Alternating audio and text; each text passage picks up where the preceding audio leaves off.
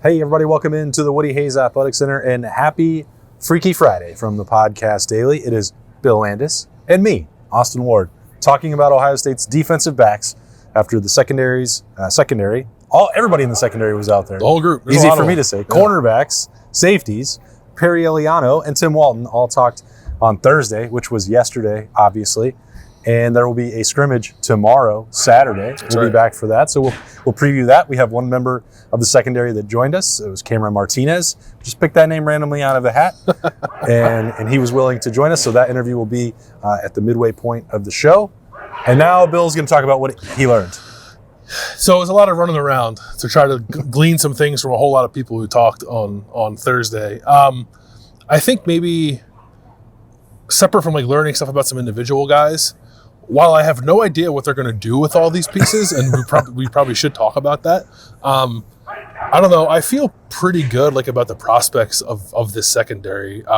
It's kind of funny what adding a transfer or two does, because before the addition of Davis and Igbinosun especially, you look at the cornerback position, you think man, there's not a lot of guys there, but all of a sudden he's there. You're like, this is a good looking group. And Jahad Carter's now with the safeties, and that helps bolster a group that I thought was returning some interesting guys already. So I don't envy the task of Perry Eliano specifically with the safety spot or Jim Knowles to try to figure out roles and who plays the most and when and all that stuff. But just in terms of depth of talent and available guys, and obviously there's a long way until the start of the season, but right now it's a pretty good looking group that I think has a fairly high ceiling if provided everyone stays healthy.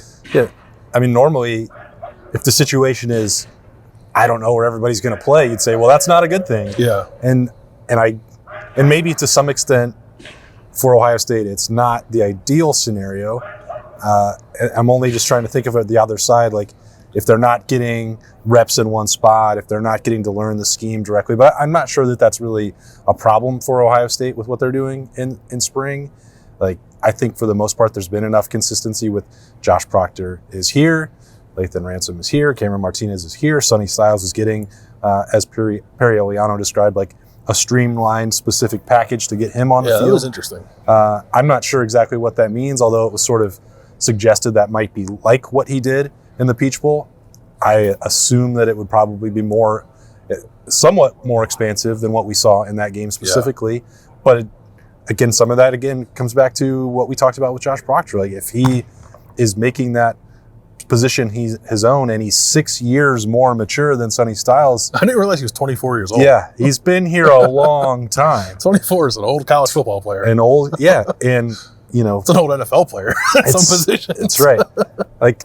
That's part of the equation here. Think about people talking about March Madness and old teams and having 23.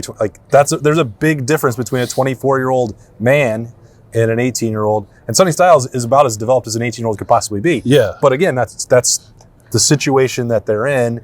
And what will it look like in September against Indiana? I don't know, but I don't think it's crazy to say it doesn't really matter because there's so much talent that you think they'll find some way to make it work. Yeah, I worry a little bit, and I don't even know if worry is the right word at this juncture of the process leading up to the season, but they have to make sure they get it right in terms of the roles they want to put all these guys in. A guy like Sonny especially, I don't know, I think people might hear Perry Eliano say we have a streamlined sort of specific kind of game plan idea for him now.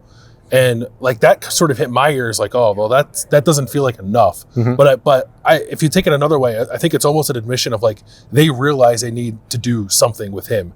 And right now it's that. I don't know. They're not teaching him all three safety positions and gonna unleash him as the ultimate weapon on the defense just now. But I think the fact that he's already in their head as a guy they have to find something to do opens the door then for him to continue to develop through the summer in August to the point where maybe the third week of August you're okay, it's not just that we have to find something to do. He needs to be on the field all the time. I still think that's very much on the table, and it's encouraging that they're thinking about him in the way they are now. But even with that, it's I don't Cam Martinez is with the ones at nickel. What does that mean for Jahad Carter? If Lathan Ransom is the bandit, you can't really let him block Sonny, in my opinion. So there are a lot of things for him to sort through. It's not necessarily a bad thing, as you said, as long as they get it right, but it just sort of ratchets up the expectation level, I guess, and the margin for error, I think, with that is a little small when you're trying to put the best 11 out on the field. Maybe it's only interesting to me, I don't know, but I had been thinking about Lathan Ransom and putting, I don't know, some perspective into why the consistency may not have been there. Like really high level play, I thought, for 7-8 weeks, and then more peaks and valleys. It wasn't a steep drop off the way that maybe somebody else in the secondary had late last year. But we know that there were plays in the Michigan game and a big one in the Peach Bowl that were not what Lathan Ransom wanted. And I'm not going to trace this all the way back to the broken leg, but I'm just wondering. He had the COVID setback. Then he had to go out there and make plays right away with no practice reps. And he did that pretty well during that 2020 year. But dealing with injury, dealing with that, he's not had a ton of practice reps. He's not been able to go through every winter. And last year, I think, did some of it catch up with him physically? I don't know. I know that it's probably more significant now for his future that he does get to go through that. And he's another guy that I think his best football is probably ahead of him because he's dealt with more adversity than we tend to get credit for. We're like, last year was like, oh my God, can you believe he's back from a broken leg? Right. And looking how he's playing, and then kind of glossing over the fact that, well, maybe there was something lost along the way.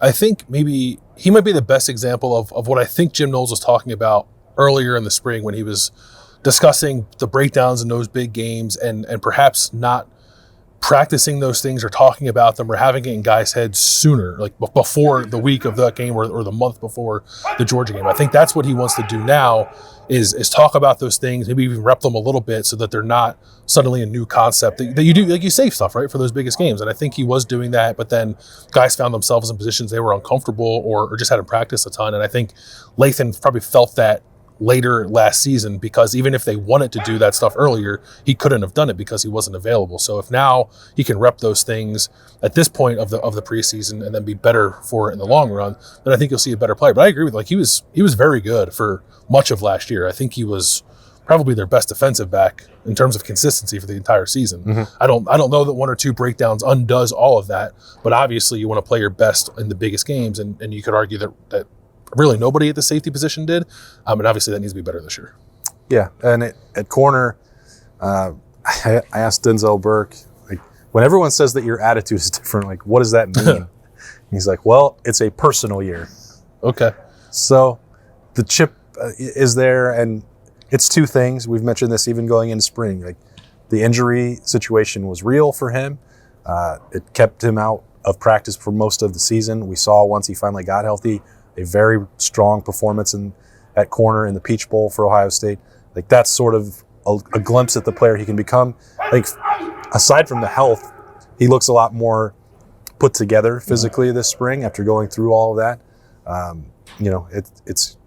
It's not hard to see him and just become enamored with the physical tools that he has there in the secondary. So if you put that together with a different, maybe improved, sharper, more invested mindset on the practice field, however anybody wants to characterize that, or the best way to, I don't know, but it does look like the results are coming there. I think through what was a trying year, he gained a lot of perspective just on how difficult this is. I think his freshman year, and this is my opinion, he hasn't said this, maybe came a little too easy for him.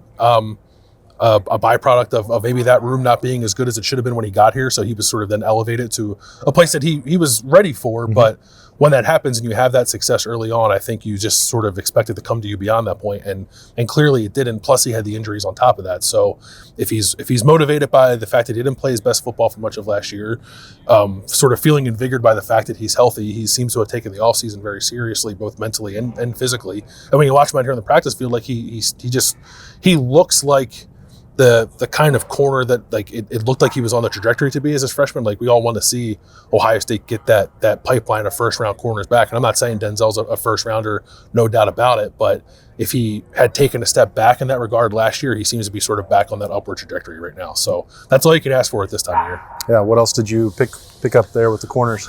I like Davis Enigbenosin a whole lot. Just super confident for a guy who's relatively young in his college football career, but I think the fact that he started 10 games at Ole Miss last year, and I don't know if he expected that going into it, but I think, again, that's a guy who realized that he has the talent and the skill set as a young player to be a contributor that early, but then also I think has not letting that got to his head to the point where he's expected things to be given to him. He said he wanted to show up here and basically make his bones with his work. Like, he didn't want to come in here and like talk about how well he played at times last year for Ole Miss. He wanted to put it on the field because he said, like, good players respect good players. And I think to this point he's done that. Tim Walton seems to be pretty taken with him, a guy who's super long, as we talked about, different kind of build as a cornerback, adds something different to that position. So I think with Denzel and Davis Enigmanosin and Jordan Hancock too, who's, again, another guy who's just projecting a lot of confidence because he's healthy and can kind of show what he was at this point last year when he had a lot of buzz. I think with those three, they're in a really good spot at corner, so long as a guy, especially like Jordan, can stay healthy.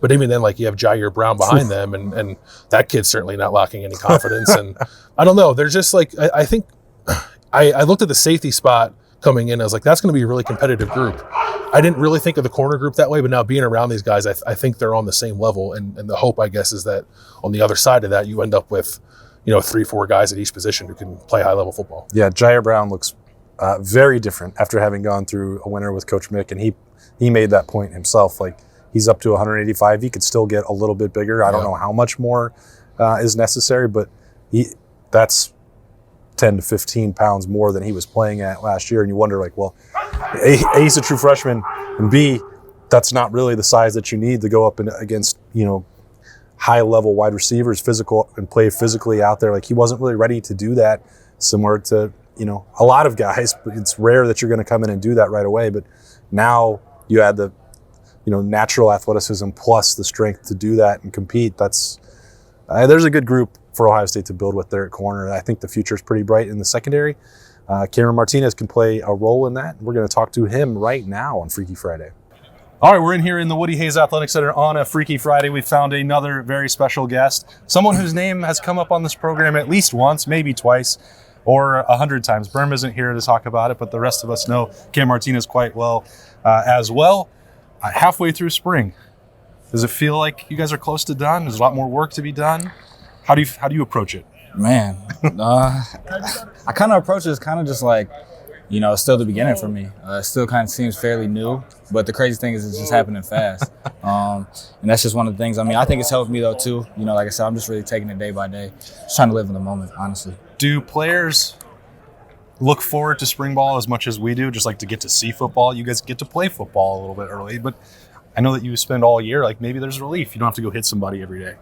Yeah, I mean, part of it, it's exciting because, I'm playing the game that I get to love. And, even being in high school, I never really had a spring season and stuff like that. So being able to play football early is always good. And, I think anytime you're not really able to be with Coach Mick every day, I think that's a relief as well. Like I said, you're just being able to play football. But, there are good days when you have off days as well. You can take care of your body and, just watch the film and assess on all the practices. I feel like we always ask what the worst part of mat drills and winter conditioning is. What's the best part? What's your favorite part of it? Honestly, I think it is that mat drills and just the days where you really don't want to come in because, I think when you're able to embrace the struggle and, embrace that moment, of knowing that you need to get better and when it is tough, I think it all correlates to football and, like I said, when things are hard and things aren't going your way and just how can you overcome that? So Lathan Ransom was talking about how close the two of you have become. I remember the setbacks and you guys arriving together when football was shutting down during COVID. How would you describe the close relationship that the two of you have? I think it's just, he's like a blood brother to me, honestly. I think that's just something that started since, day one. There wasn't anything that we weren't doing together, you know what I mean? And we still are, like I said, that's my roommate, see him every day. And, I think we got a strong love for each other and it's just built it over time. We're going on year 4 together, came in here, hopefully trying to finish out together. So I think just me and him just building that relationship, it goes a long way. And I think it goes a long way on the football field as well. Who's the clean one? I'm taking the clean one. Okay. Yeah. Now, he's still a little clean, I would say, but I'm definitely taking that. Is somebody cooking in there? He's the one cooking, though. He's the one cooking. Yep. Okay. Yep, he's cooking. Yep. Is there a video game that you guys like to play? Are there shows you watch together? Yeah, there's a couple shows we watch, a couple video games. Yeah, I mean, obviously, we'll get bored some days. So just come in my room, we'll just talk, like, what you up to, like, you know what I mean. But yeah, we definitely do all those things together. We're kind of the same person. A lot of people also thought we looked alike, or we do look alike a lot too when we came in. But we kind of figure out how similar we were in a lot of ways too. He's just a louder one, I would say. Well, you guys used to even just have your hair the same, and that was if you're only trying to base it off of that, like. That's a big People thing are confused. The numbers are similar. Like, very similar, yeah. You're moving really fast. It's hard to get a clean shot. Yeah, that's true. Yeah. Guess wrong. Yeah, like I said, I think we were always with each other too. So, I think that happens a lot. All right, what shows are you watching right now? Power, big Power show right now. Okay. He's trying to get me to watch Snowfall. That's a big show that's out right now too. I gotta try to catch up with him, watch it too as well. But we're big on Marvel stuff too as well. We like the superhero movies and things like that. Who's your favorite superhero?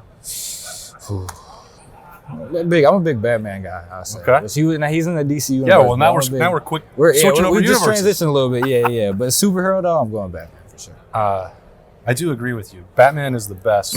The Marvel Cinematic Universe is also the most connected and most entertaining. Yeah. Mm-hmm. If only they could just take the rights from DC away, then we'd really be cooking. We would be. I think I couldn't agree more. But hopefully, there's a couple movies coming out in DC Universe. Hopefully, that can set the bar high. They've wasted so much momentum with it. It's horrible. I know you didn't. We try to mix it around. It can't be just football on the show. That's true. That's true. I feel you. Where do you like to eat these days when Lathan's not cooking? When he's not cooking? And don't just say here, because I know most of the meals come a lot of the meals come in there. Yeah. I really like Raising Cane's. Okay. I'm big on that. That was something that wasn't back home for me. I'm being able to do that and enjoy that. When we go out to eat, there's a good, Hyde Park. I'll say my favorite spot is probably the Original Pancake House. Okay. That's a spot I could just probably something go basic. To. Yeah, I could really go to that spot probably 3 times in a row and I would feel satisfied, honestly. That was something that me and him did, me and Rocket, Zach, Lathan. That was a big spot that we did last year, and kind of just got hooked on it from there. So we'll ask at least 2 football questions before you get back to it. And I think that when I talk about spring ball and the value for you, and we know that you were playing quarterback, that this is still relatively new in your career playing defense, so these opportunities are precious to you. On a scale of 1 to 10, how much do you feel like a defender now compared to the last couple of years? I would probably say 8, if it's not a 10. Yeah.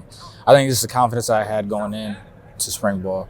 And this is a chip on my shoulder, too, that I try to keep as well. I think that's kind of helped a lot of ways. And then also just thinking about all the reps that I've had and, leading up to my freshman year. I feel like that kind of came a long way for me to build confidence. I think the only way you're going to build confidence is by doing it. Yeah. And sometimes you're going to fail, but that's part of the process as well, too. And now for me, it's just at the moment of just, I know if anybody's in front of me, I'm going to win that rep. And that's the biggest thing for me, too, especially with a lot of ups and downs last year as well. And just kind of getting to that and just tagging that mindset every day in practice.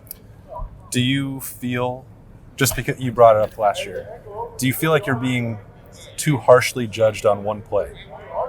I think I am, yeah. Obviously, I think there's a lot that goes in that people didn't see with that as well. But at the end of the day, I can't control what people think. It's a play I definitely wish I could have back. But it's not what defines me. Yeah. I can do a lot of things on the field. I've done a lot of things on the field.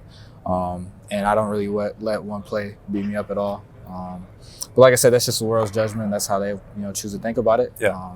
But it has nothing to do with me. I'm going to continue with my day. I wanted it to be feel good. I didn't want to bring that up. Nah, you're good. Nah, you're good. All right. Well, it seems like the secondary is getting their hands on a lot of footballs. We saw you do that last Saturday in the scrimmage. You have another one this weekend. It seems like things are going well. Does it feel that way for you? Feels really good. Honestly, spring ball is not over yet, but I think the stuff that I've been able to do, the plays I've been able to make, I don't see how it could have gotten any better, really. And that's just what it's about for me, is just taking it day by day and coming in with a chip on my shoulder every day for practice. Like I said, I treat every practice like it is practice 1. You know what I mean? Because you don't want to fall off and you kind of get in the routine and stuff, and some stuff maybe changes, mindset really changes. Right. But for me, it's just kind of going in and just feeling like it's fresh. I think that's been going a long way for me making plays. What's it going to take to get you to return punts? I don't. We keep asking America and Parker Fleming, make Cam Martinez a punt returner.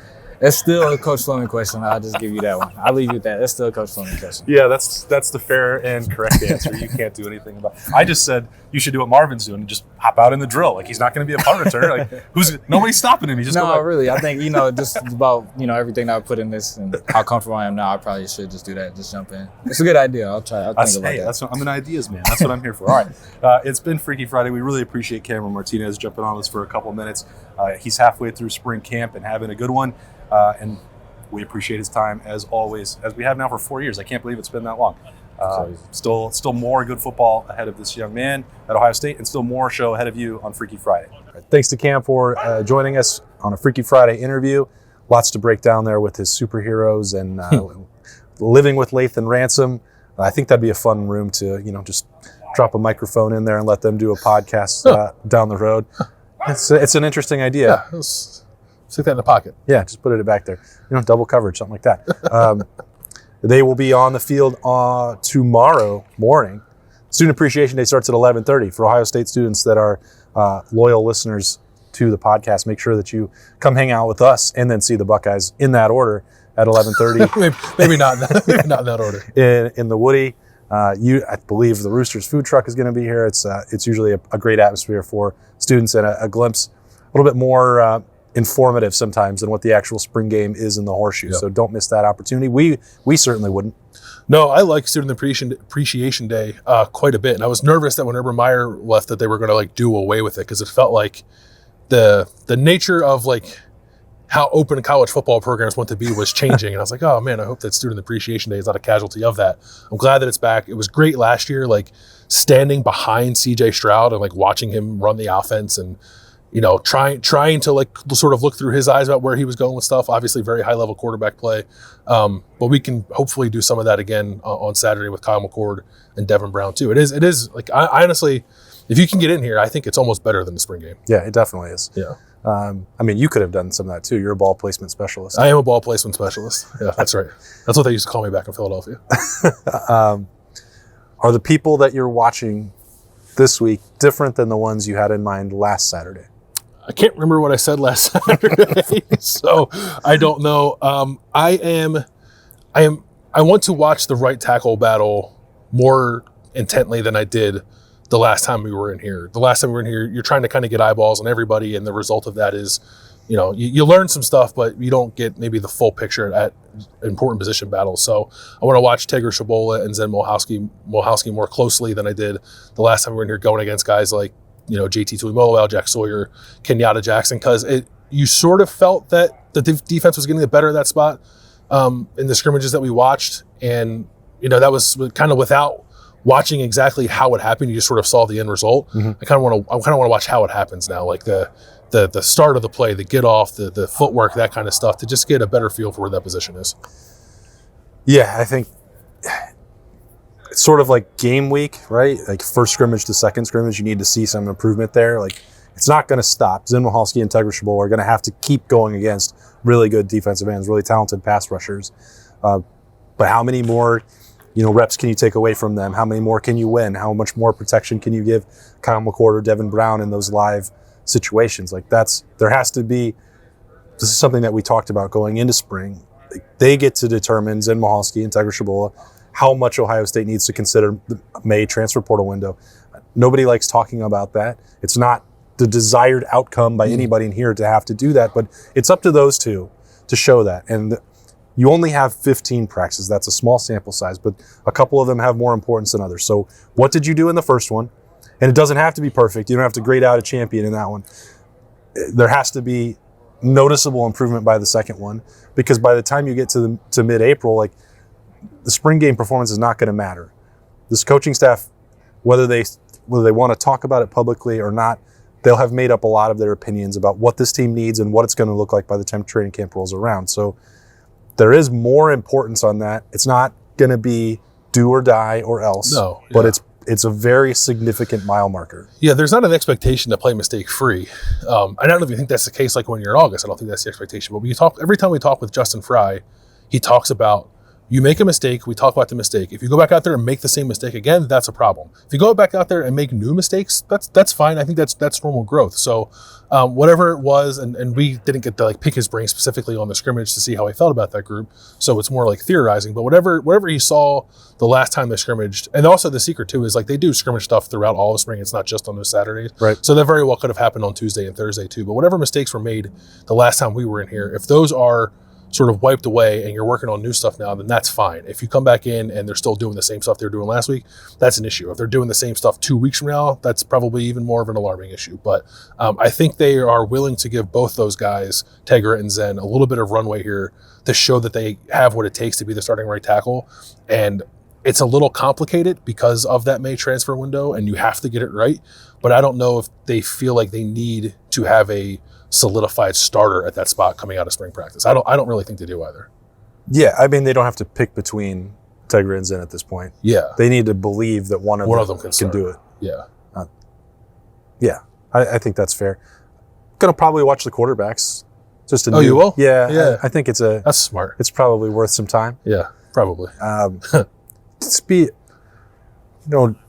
If Devin Brown, like, he's in that same boat, like the improvement from 1 week to the next. He did not play poorly by any stretch of the imagination last week.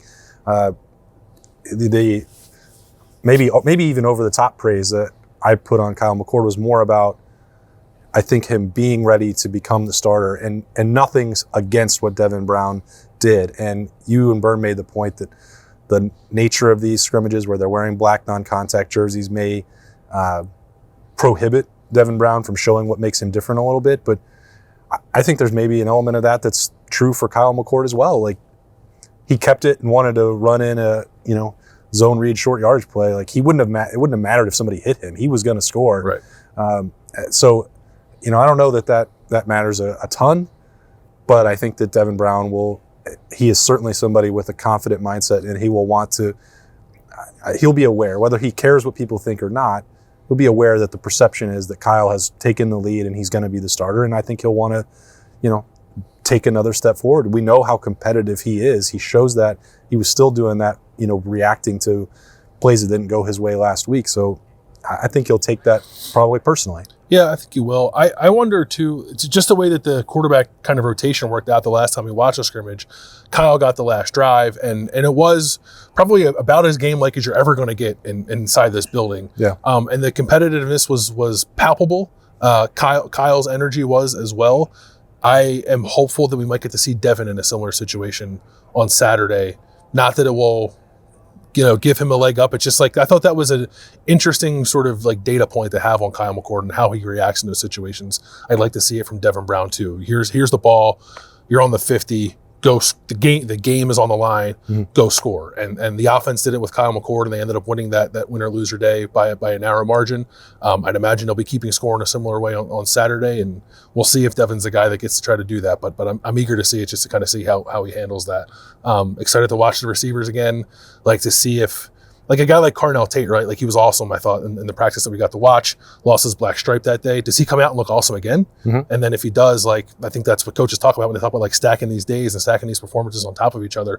If a guy who we thought was really good, regardless of the position, last time we were in here watching the scrimmage, looks really good again when we watch the scrimmage on Saturday, I think that is a pretty instructive little piece of information as we try to figure out who might find a way onto the field this year. Yeah, and to bring it full circle back to the secondary, that same will be true for Cameron Martinez, who had a very good day last Saturday. Denzel Burke, Davison Igbinosin, these guys that we saw really playing well, getting there, breaking up a handful of passes. Like, all right, well, go do it again. Like, that's the key. And if that's the way that secondary rotation is going to play out, or if you're going to claim a starting job when a lot of people don't know or didn't think for Cam Martinez, like that was going to happen, like, this is where some of that is really earned. I think one thing that Urban used to say more than Ryan Day does is that he wanted to have a depth chart and wanted the position battles to be settled as much as possible in spring, so that by the time they got to August, they could just game plan for the opener. Ryan Day doesn't talk about that nearly as much. Yeah. He's more in the practice 1 through 15, and then guess what? Practice 16. It's really practice 16 of the is really practice number 16. So he doesn't do that quite the same, but these practices do count. Like, they determine, and you don't do you don't simulate games and you don't have scrimmages unless you're trying to get that information and that work done. Yeah, you're still, regardless of whether or not they're actually charting on the board in the offensive defensive rooms, like the actual depth chart, you're as a player planting seeds in the coaching staff's mind. And I think some guys have done that. You hear like Brian Hartline talk about we have 6-7 receivers. I think that's some of these young guys making the coaches go, oh, like maybe we can do something with these guys this year, or a guy like Cam, or a guy like Josh Proctor. Like it doesn't guarantee you anything, but it's certainly better than the alternative. If they look at you out there like, I don't know, I don't think this guy can play. This guy had a horrible spring. Yeah, this guy's spring was terrible. But he was a 5-star recruit, so I guess we'll just play him. Yeah, no, I don't think that happens. I think people might want that to happen sometimes, and I understand the impulse, but that's not the way it works. All right, Student Appreciation Day. If you are an Ohio State student, you do not want to miss it. It's cool to hang out here in the Woody and see them scrimmage a bit. That's where we'll be. Saturday, 11:30. Tomorrow, Saturday, 11:30 in the morning in this building, the Woody Hayes Athletic Center. We'll have full coverage of that at ohiostate.rivals.com. You can hang out there with us with the free month code DTE30. We'll have snap judgments afterwards. Those we probably will do live. We're going to have to do them live. Yeah, we will do those live. We'll have plenty to talk about. But we didn't on Thursday because we thought, let's just give a supersized Freaky Friday episode for the Podcast Daily, which is exactly what we did. We hope you enjoyed it. Thanks for joining us. That's Bill. I'm Austin. We'll talk to you later.